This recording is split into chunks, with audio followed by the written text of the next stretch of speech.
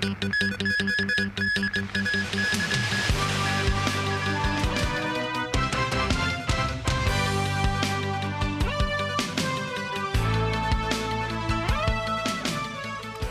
evening and thank you for joining us. The very hot weather warning was in force for the most part of the day, while the thunderstorm warning is expected to remain in effect until 8:30 p.m.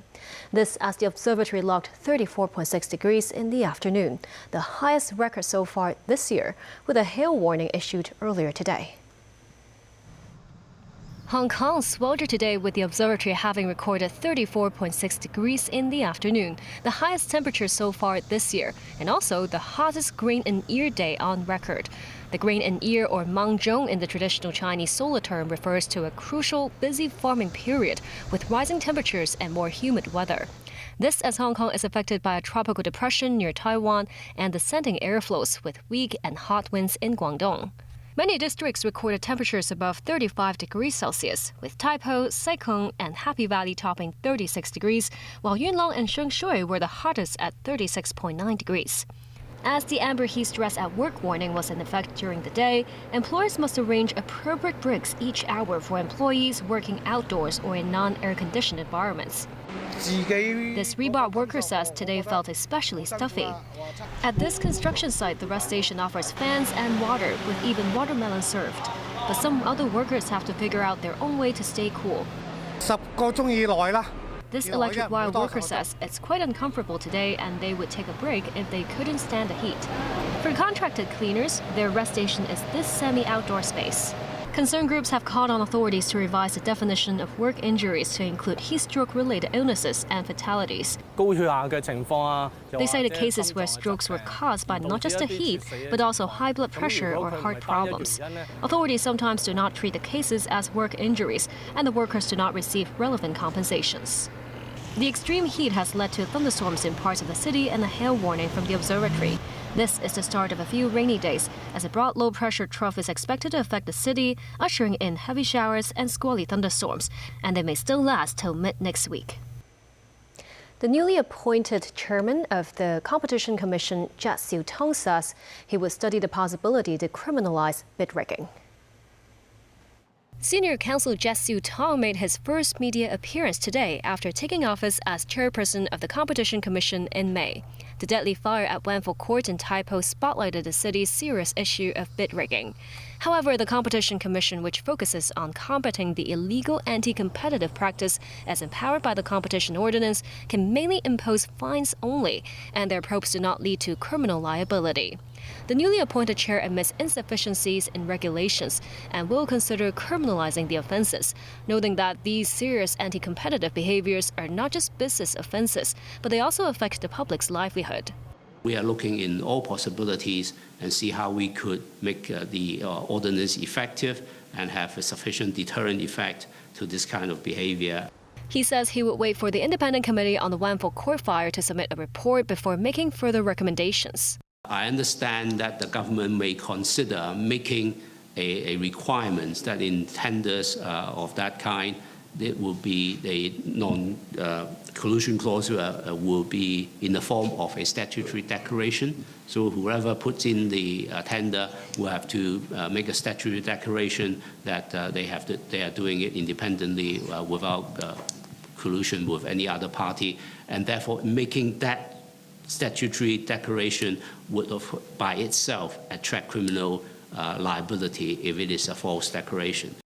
The body hopes to come up with proposed amendments to the Competition Ordinance on bid rigging within this legislative year. Jia says the Competition Commission will also conduct studies on oil company pricing after a 10-year gap to prevent anti-competitive behaviors. The Commission says starting next month, some meetings will be open to the public in order to enhance transparency. The police have launched a 2-week operation to crack down on pedestrians jaywalking and drivers failing to pay attention on the road. And at least one driver suspected of drug driving was caught on the first day. Kelly Law reports. At a traffic black spot on Hippo Street in Kuntong, pedestrians running red lights are a frequent sight. We near miss the speeding pedestrians and vehicles. Police data shows 51 people have died in traffic accidents since May, up 42% from last year, and half of them were pedestrians. This man said he only crosses on green because as a senior with no income, he's worried about the fine. Another elderly explained she was rushing to a doctor's appointment. She said she thought the road was empty and crossed because she believed no one saw her. She said sorry. Police are reminding pedestrians to avoid three high-risk behavior: no running red lights, no whipping through traffic, and watch for blind spot to prevent accidents. During this 2-week enforcement operation, police will also crack down on dangerous driving behaviors, including inattentive driving. Enhanced patrols using unmarked stealth cars will be deployed. Around 6 a.m., officers stop a taxi without passengers swerving on Light Yip Street. The 53-year-old driver tested positive for ketamine. His case is scheduled for a court hearing on June 6. Kelly Law, TVB News. Hezbollah rejects the latest ceasefire agreement between Israel and the Lebanese government, and the militant group demands a complete Israeli withdrawal from Lebanon as more fighting there hampers efforts to end the Iran war. The Hezbollah announcement comes as Israeli strikes killed at least 4 people and a UN peacekeeper caught in the crossfire. An Israeli soldier was also killed in combat in southern Lebanon. Tracy Furness reports. Israeli government spokeswoman said Thursday that agreement between Israel and Lebanon is unprecedented. This week, the 4th high-level trilateral meetings between Israel, Lebanon, and the United States took place, achieving something unprecedented. For the first time, all 3 parties are aligned in their determination to keep Iran's terror proxy, Hezbollah, out of the equation. Negotiations are actively ongoing with the goal of advancing a durable ceasefire and creating the conditions for greater stability and security for both of our nations. In the Lebanese town of Sidon, people were skeptic about the latest ceasefire renewal, pointing out previous agreements had failed to stop the violence. Sidon resident Salah Nazab said, "We're tired of hearing about a ceasefire agreement being reached and then not to have it be implemented. It's all talk, no action." And Khaled Safawi, another Sidon resident, said, "We've had many announcements before this one, and not one of them had the interests of the people of the south or the Lebanese people." Israeli Prime Minister Benjamin Netanyahu and several ministers met with heads of local councils in northern Israel Thursday, promising they are committed to the security and flourishing of the north. This is UN Secretary General Antonio Guterres condemned the killing of a UN peacekeeper in southern Lebanon when a mortar struck a UN position near Marjayan in southern Lebanon. He urged all parties to respect the cessation of hostilities agreement. Tracy Furness, TVB News. U.S. President Donald Trump says he would be honored to meet with Iran's supreme leader to make a deal to end the conflict. When asked if he believes Ayatollah Mujtaba Khamenei would want to speak with him, considering U.S. bombing killed his father and family members, Trump had this to say. Well, I would say I'm not his favorite person. But with that being said, he's probably I don't know, he's probably a professional. In some circles, he has a very good reputation, actually. You know, sometimes some people say bad, but a lot of people say bad about me. It's totally false, of course. Meanwhile, Iran held a rally on Thursday to mark the Eid el-Gadir, a Shiite holiday. Many hardline supporters of the government participated in the rally, waving flags of Iran, Palestine, and the militant group Hezbollah. Some of those interviewed said nothing will be fixed until the Americans and Israelis are destroyed, and that this week's attack on Kuwait's airport is our inalienable right to give a firm, serious, and destructive response that makes the enemy regret what it did.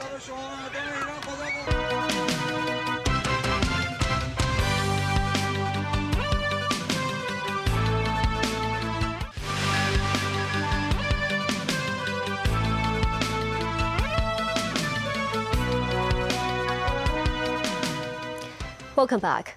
President Xi Jinping will travel to North Korea next week in what will be his first visit in nearly 7 years. The state visit will take place next Monday to Tuesday and will come just weeks after Xi hosted U.S. President Donald Trump and Russian President Vladimir Putin in quick succession. She and North Korean leader Kim Jong-un met in Beijing last September and pledged mutual support and enhanced cooperation. Xi's last overseas trip was to South Korea last fall for the Asia-Pacific Economic Cooperation Summit. Britain's Interior Minister accused activists of hijacking a tragedy to stir up violence after police were attacked at a protest over the death of a teenager who was handcuffed as he lay dying while his killer stood nearby. 2 people were arrested and 11 officers and a police dog were injured. Tracy Furness has more. The family of a UK teen who died from a stab wound while handcuffed by police left 10 Downing Street after meeting British Prime Minister Keir Starmer on Thursday. The fatal stabbing of 18-year-old Henry Nowak last December erupted into a debate about policing, race and knife crime. The killing of Nowak drew renewed attention after the killer was sentenced to life with a minimum of 21 years in prison earlier this month, and following the release of a video showing police dismissing Nowak when he said he had been stabbed. Hampshire Police Chief Alexis Boone says he wants accountability over officers' response to Henry Nowak's murder. So you're fully cooperating with this watchdog investigation? Yes, we are, and we're intent on doing so. Because we understand and we know why, and how could you not understand by watching that video why the family want those answers. But, you know, officers face difficult situations day in, day out, and actually we need people to feel confident dealing with things, and that's why you've got a due process where, you know, the family's view absolutely must be heard, and officers' views have to be heard, and that's what that due process will enable, so that actually we get to the right outcome. UK Prime Minister Keir Starmer on Wednesday paid tribute to the British teenager who was handcuffed as he lay dying while his killer stood nearby, but also condemned violence at protests over his death as completely unacceptable. The case has sparked widespread anger in the country, while populist political leader Nigel Farage and tech billionaire Elon Musk have amplified the charge that Britain has 2-tier policing, where fears of being called racist have led to ethnic minorities being given greater protections than others. Starmer calls for Musk to stop interfering with British politics. Tracy Furness, TVB News. Local authorities say a bear that was holed up inside an electronics factory in Japan after attacking 4 people has avoided being captured. Fukushima officials believe the bear escaped after releasing a window latch. The bear entered a steel factory in the city late Tuesday and attacked 4 people. It then entered a nearby electronics factory. Authorities have been hoping to capture it there. They have now launched a drone search for the bear. Bear attacks have become increasingly common in Japan in recent years. The Japanese government has stepped up a public awareness campaign urging hikers and mushroom hunters to check notifications about bear sightings and avoid outdoor activity in the early morning and evening when bears are active. Chief Executive John Lee continues his visit to Uzbekistan, where he tours a technology park. The facility is considered a core engine of the region's digital economic transformation. The IT Park is a national-level economic zone offering tax and rental incentives and convenient visa measures for technology companies and talent. During his visit, Lee meets with the First Deputy Minister of Digital Technology of Uzbekistan. Executives from Hong Kong Science and Technology Parks Corporation, Cyberport, and Hong Kong Shenzhen Innovation and Technology Park signed a memorandum of understanding with IT Park to promote innovation and technology cooperation between Hong Kong and Uzbekistan. Chief Executive John Lee's delegation to Central Asia signed 96 cooperation agreements and memorandums of understanding with various organizations in Kazakhstan and Uzbekistan. One of the MOUs involves the Hong Kong Palace Museum, exchanging collections with the State Museum of the History of Uzbekistan. Tracy Furness reports.